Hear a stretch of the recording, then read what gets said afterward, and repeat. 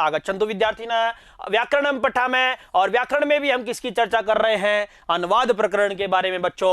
और इस प्रकरण का भाग 8 है, यानी 8वां भाग है। और इस भाग में हम देखेंगे अभ्यास प्रश्नों के बारे में चर्चा करेंगे बच्चों। आइए देखते हैं जो अब तक हमारे परीक्षाओं में भी आए हैं ऐसे प्रश्न, और ऐसे आने की बार बार संभावनाएं बनती है, तो उन्हीं प्रश्नों को देख लेते हैं किस प्रकार के प्रश्न आते हैं हमारे। अधोलिखित षड्सु वाक्येषु केषांचन चतुर्णाम, कोई भी कह देता है पंचानाम 5 का, कभी 6 वाक्य। अब तो इसमें क्या है, षड्सु वाक्येषु यानी 6 वाक्यों में किन्हीं 4 प्रश्नों का हमको संस्कृत में अनुवाद करना है बच्चों। नगर के पास क्या है, उपवन है। तो नगरम यानी नगर के पास, यानी पास की संस्कृत क्या होती है, निक्षा। और निक्षा के योग में कौन सी विभक्ति होती है, द्वितीया। तो नगरम, तो नगर में कौन सी विभक्ति हो जाएगी, द्वितीया। तो नगरम निक्षा क्या है, उपवनम अस्ति, उपवनम अस्ति। नगर के पास में क्या है, उपवन है। उसी प्रकार से बालक को फल अच्छा लगता है।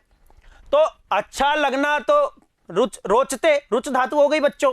तो रुच्यर्थानाम प्रियमाण सूत्र क्या कहता है कि रुच्यर्थ जो धातु होती है, रुच्यर्थक जो धातुएं होती है, उनके साथ में कौन सी विभक्ति होती है, चतुर्थी। तो बालक, बालक है ना, जिसको जो अच्छा लगता है, उसमें कौन सी विभक्ति हो जाएगी यहाँ, चतुर्थी। तो बालकाय क्या हो जाएगी, बालकाय फलम रोचते, बालकाय फलम रोचते। उसी प्रकार से देखेंगे हिमालय से गंगा निकलती है, तो हिमालयात गंगा निर्गच्छति, हिमालयात गंगा निर्गच्छति। यानी उसी प्रकार से मैं गांव जाता हूं, अहम ग्रामम गच्छामि, अहम ग्रामम गच्छामि, अहम ग्रामम गच्छामि। उसी प्रकार से कवियों में कालिदास श्रेष्ठ है। अब यह यतस्य निर्धारण सूत्र क्या कहता है, यानी बहुतों में से किसी एक की विशेषता बताई जाए, तो वहां षष्ठी और सप्तमी दोनों विभक्तियों का प्रयोग किया जाता है। तो कविषु सप्तमी हो गई, कविनाम षष्ठी हो गई, कालिदास श्रेष्ठ, यानी कविषु कविनाम कालिदास श्रेष्ठ। उसी प्रकार से वृक्ष के ऊपर पक्षी है, तो वृक्ष से ऊपरी ही खगाः, वृक्ष से ऊपरी खगाः अस्ति, या खगाः सन्ति भी कर सकते हो बच्चों, बहुत सारे पक्षी हो तो खगाः सन्ति। तो यानी नगर के पास में नगरम निक्षा उपवनम अस्ति, बालकाय फलम रोचते, हिमालयात गंगा निर्गच्छति, महम ग्रामम गच्छामि, कविषु कविनाम वा कालिदास श्रेष्ठः, वृक्षस्य उपरि खगाः सन्ति, खगः अस्ति। उसी प्रकार से देखो अधोलिखितेषु षड्सु वाक्येषु केषांचन पंचवाक्यानां संस्कृतेन अनुवादम कुरुतः, यानी इन 6 वाक्यों में किन्हीं 5 वाक्यों का संस्कृत में हमको अनुवाद करना है। मैं दूध पीता हूं, तो क्या बनेगा, अहम दुग्धम पिबामि, अहम दुग्धम पिबामि।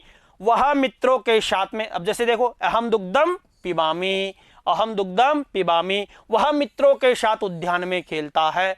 सह मित्रैषः, सह मित्रैषः, यानी मित्रों के साथ में, बहुत सारे मित्र है, तो यहाँ तृतीय विभक्ति मित्र शब्द में मित्रई हो जाएगा, मित्रेण मित्राभ्याम मित्रई। तो मित्रैषः उद्याने क्रीडति, यानी सह मित्रैषः उद्याने क्रीडति। उसी प्रकार से सड़क के दोनों ओर वृक्ष हैं, यानी सड़क को क्या कहेंगे, राजमार्गम। और उभयत यानी दोनों ओर, अब उभयत के योग में कौन सी विभक्ति होती है, द्वितीया। और राजमार्ग है राजमार्गम, तो राजमार्गम उभयतः वृक्षाः सन्ति, यानी सड़क के राजमार्ग के उभय दोनों ओर वृक्ष है। और सरोवर में कमल का फूल खिलता है, सरोवरे कमल, कमल का कमलस्य पुष्पम विकसति, यानी सरोवर में कमल का फूल खिलता है। उसी प्रकार से बालकः अश्वात् पतति, यानी बालक घोड़े से गिरता है, बालकः अश्वात् पतति, यानी बालक घोड़े से गिरता है।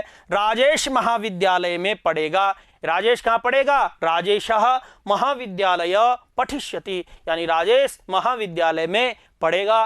वीणा ने कल श्रीमद् भगवत गीता पढ़ी, वीणा ने कल, कल यानी वीणा ने कल, तो क्या होगा, वीणा हिया क्या, श्रीमद् भगवत गीताम अपठत, श्रीमद् भगवत गीताम अपठत, तो यानी वीणा ने कल भगवत गीता पढ़ी। उसी प्रकार से आप मुझे पुस्तक दो, भवान यानी आप, मह्यम यानी मुझे, पुस्तकम ददातु, यानी भवान मह्यम पुस्तकम ददातु। इस प्रकार से बच्चों हमारे ये भाग हमारे अच्छे से समझ में आए होंगे और इसी के साथ ही आपका ये अनुवाद प्रकरण भी पूरा होता है। मैं ऐसी आशा करता हूं कि हमारी परीक्षाओं में 4 अनुवाद आए, 5 अनुवाद आए, जितने भी अनुवाद आए तो आप उन सभी को अच्छे से कर्ता और क्रिया की पहचान करके अच्छे से कारकों का प्रयोग करते हुए उन वाक्यों का सरल संस्कृत में आप अनुवाद करेंगे। इसी आशा और विश्वास के साथ धन्यवाद।